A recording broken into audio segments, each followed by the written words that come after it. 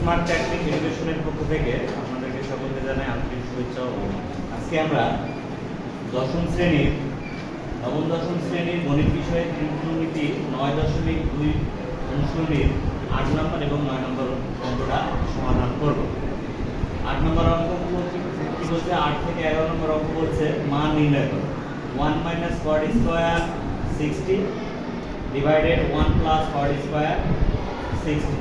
আমরা গত পর্বে আমরা জানলাম sin cos tan cot sec cosec-এর 0 থেকে 90 ডিগ্রির মানগুলো কিভাবে বের করতে হয় গত পর্বে আমরা সেটা নির্ণয় করে দেখছি। এখন সেই মানগুলো ব্যবহার করে sin cot tan cos cosec sec-এর মানগুলো আমরা 0 থেকে 90 ডিগ্রির মান যে যত ডিগ্রির মান যাবে সেই মানগুলো আমরা বসাই দিয়ে আজকে অঙ্কগুলো সমাধান করার চেষ্টা করব।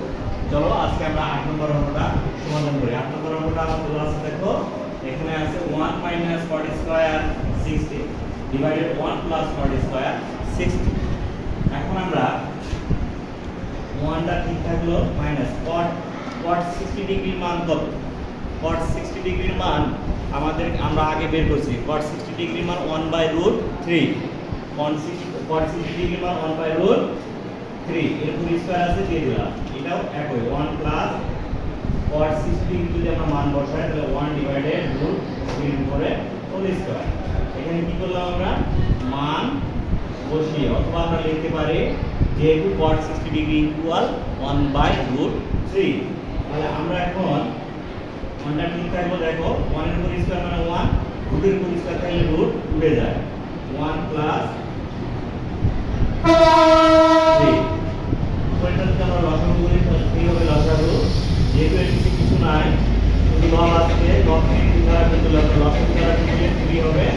3 ভাগ করলে 1 কে 1 দ্বারা গুণ করলে 1 হবে। এটাও একইভাবে। তারপরে আমরা উপরে হবে 2/3 4/3। এটা কিন্তু আমরা উল্টাই দেই, 2/3 ইনটু 3/4।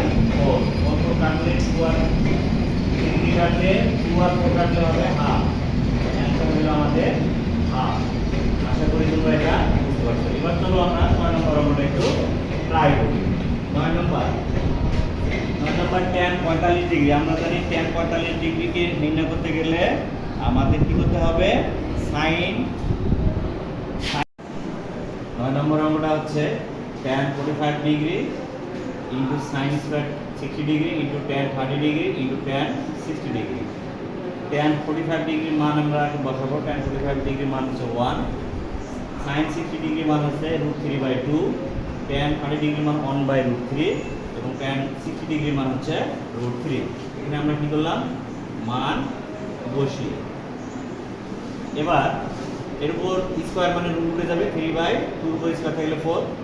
এটা যা আছে তাই, এটাও যা আছে তাই। এখানে উপরে √3 আর নিচে √3 আমরা কেটে দিলাম, তাহলে 1 3 আর 1 গুণ করলে হবে 3, নিচে 4। এটাই হচ্ছে আমাদের 9 নম্বরের অ্যান্সার। ভিডিওটি যদি তোমাদের ভালো লেগে থাকে তাহলে অবশ্যই চ্যানেলটিকে সাবস্ক্রাইব করবে। ধন্যবাদ।